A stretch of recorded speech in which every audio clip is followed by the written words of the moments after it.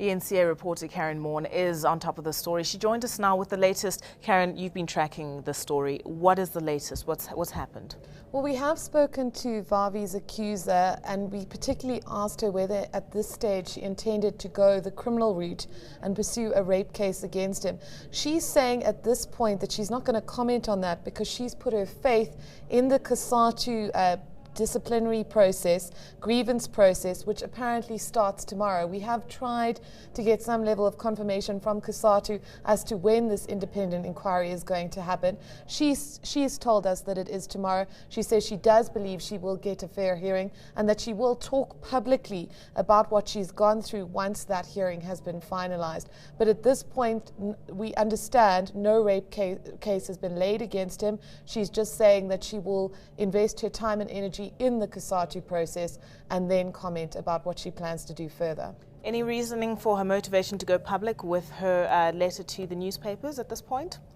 She said that she respected Zwelinzima Vavi's decision to go public with a lot of the information, of course, disclosing the SMSs, disclosing a lot of information about their contact with each other. But she felt that the letter best expressed what she felt, and that she wrote it yesterday after speaking to a close friend who said that it would be best for her in a newspaper like the Sunday Times to really have the opportunity to fully articulate and describe her version of her history of the relationship that she has with this man. Of course, denying categorically that they ever had anything that would amount to an affair, saying that this was a once-off sexual encounter, which she has described as rape, and saying that she just wants Zwelinzima Vavi to admit that he has done something wrong and take responsibility for his actions.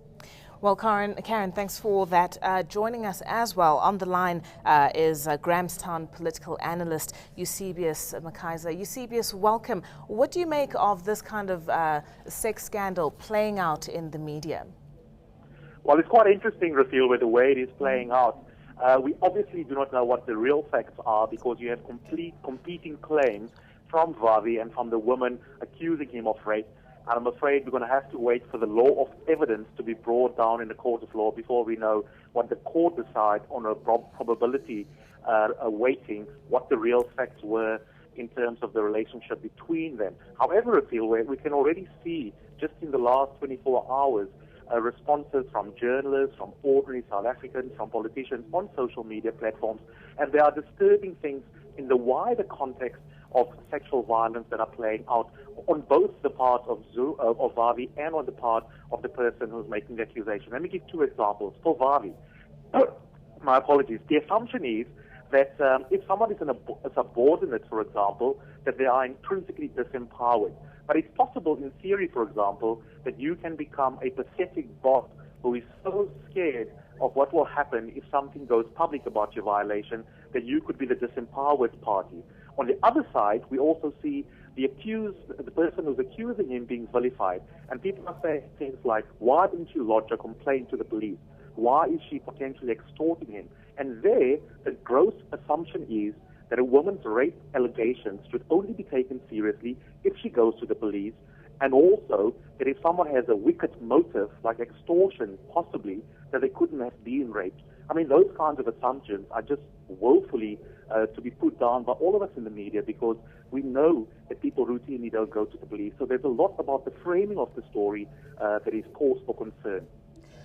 Eusebius, what do you make of the fact that in the statement that COSATU released yesterday, they actually named this woman? I mean, there was quite a great deal of backlash on that, and the excuse that was given that was simply that she had not formally laid a rape charge and therefore could be named. Yeah, and I think the media ethics around that is also something that we need to think through, Karyn. I have to confess, when I saw discussion about that test the last 24 hours, I'm afraid as colleagues in the media, we have to have that discussion. And of course, inside organizations, I'm not sure what the best position is as a matter of principle in the case where these allegations surface and a complaint had not been lodged with the police. I think that's a genuinely open ethical question that you and I can certainly debate. But while we're on COSATU leadership, Karyn, what is interesting is that they are stalling on calling a press briefing, for example, in part because, as often happens, you have particularly men in senior organizations, both in the private sector, in the state, even in civil society organizations, turning a blind eye when a top leader is embroiled in a scandal. I'm going to be very curious to see whether COSATU bosses who are colleagues of Vavi will now actually have the gumption to be able to publicly try and weigh in on these scandals. And here's the important bit, Karyn. We cannot say that public leadership evaluations are purely a legalistic matter.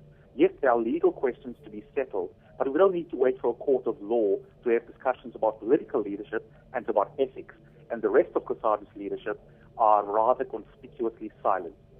What does it say about our political leadership that we had a scenario in which the president of this country was very publicly put on trial for rape, ultimately acquitted, and now we have a very senior union leader, married man, admitting to having unprotected sex with a 26-year-old married woman? What does that say about our level of political leadership that we have two very prominent people accused of sexual assault against two different females?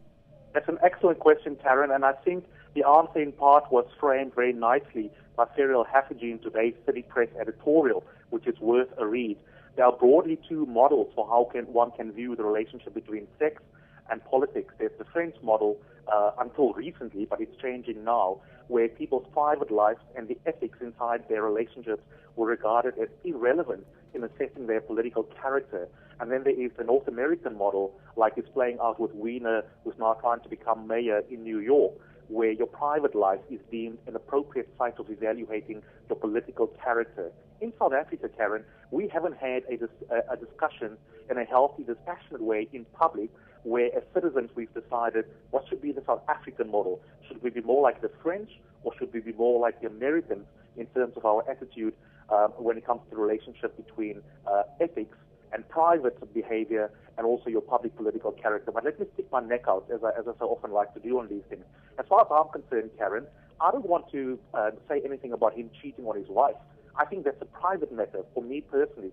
I mean, if you have to speak to my exes, I'm sure they will give you some saucy quotes as well, but not me. But here's the important bit.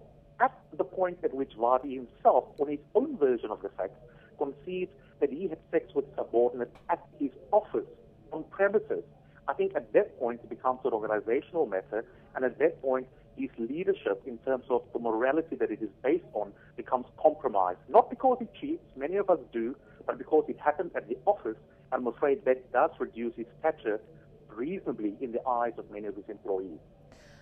Finally, you've alluded to this. The fact that this woman has faced such a level of public backlash over these claims that she tried to extort money from Zwelinzima Vavi and his wife in exchange for his silence, and also the fact that we have this extraordinary situation where she hasn't laid a rape charge but is now herself facing criminal charges over this entire scandal.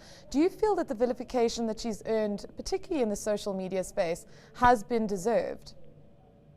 I don't think the vilification is deserved. I mean, Vavi does not deserve to be branded a rapist. Equally, the woman accusing him of rape does not deserve to be vilified in virtue of the fact that she might potentially be an extortionist. It's interesting how so many fans of Vavi, Karyn, are reminding us of the "you are innocent until proven guilty" rule, but none of them are willing to take a chance on the prima facie accuracy of her claim. That's vilification. But here's the important part that really, really gets to me as someone who has empathy for women in our society. There's a weird subtext going on here that says a woman cannot be a credible accuser of rape unless A, she has lodged a complaint with the police, and unless B, she never ever has vengeance motives the morning after it might have happened. If those two statements are true, then I'm afraid millions of girls and women around the world should be regarded as dubious. Well, thank you very much for your time. That was political analyst Eusebius McKaiser joining us there on the line. And Karyn, thanks so much for coming in. Just before I let you go, you've just very briefly touched on this matter with Eusebius, this societal subtext that we see bubbling up in social media. What is this all saying about the way we think and view about sex and gender violence more specifically? Is there a need to have a deeper conversation about this in our country? Well, manifestly there is, because I mean, the statistics speak for themselves. We live in a country where, yes, huge inroads have been made in terms of bringing down the levels of violent crime, murder, etc. You know, government has really succeeded in that. But we still live in a country where our rape statistics appear to be on the increase. There is a 4.2% conviction rate for rape offences. Many women, in many instances, choosing not to go public or not to go to the police because of the inhospitable justice environment that they face. And clearly we have massive issues as a society in terms of oftentimes rationalizing what happens to women or seeking to blame them for their own sexual violation. And I think that is a very, very big issue. How much of that conversation needs to be had about this particular case, which has all the echoes of tragedy and sadness, of family breakdowns, of marriage breakdowns, etc., remains to be seen. But certainly as a country and as a society, we have to start talking about this and about our own attitudes towards women and their bodies before we can really concretely address what is manifestly a huge problem. Where does that debate begin? Can it be led by government? Can it be led by politicians? Where does this conversation start? I don't think it's the responsibility of government or politicians to talk to us about how we should feel about our attitudes to sex and our attitudes to each other. And as women, we do function in an incredibly patriarchal society. The vast number of victims of crime in this country are black women. I can specifically recount that, you know, most women, if you ask them, do they know a friend or have they personally experienced domestic violence or rape, will either tell you that they have personally or they know of someone who has. And that kind of thing is massively disturbing for society and certainly speaks to its future in terms of healthy relationships going forward. But I think it's time that South Africans really interrogated how they respond to women who make accusations of rape. I mean, just as a final point, we had the horrific Modimolle monster case with Johan Kotze, and Ina Bonnet subjected to 4 or 5 days of cross-examination about the most intimate, very disturbing details of the gang rape she was ultimately found to have suffered. And at the end of that process, and she's a very strong woman, she said to me that she could understand why women chose not to go to court or go to the police with allegations of rape. So there is a systemic problem, but it's also about how we treat women who go public with allegations of rape and how we as a society are responsible for the levels of vilification that they may feel if they choose to speak out about what's happened to them. Thanks for your time, Karyn Maughan, eNCA reporter, joining me in studio there. News that moves. eNCA.com.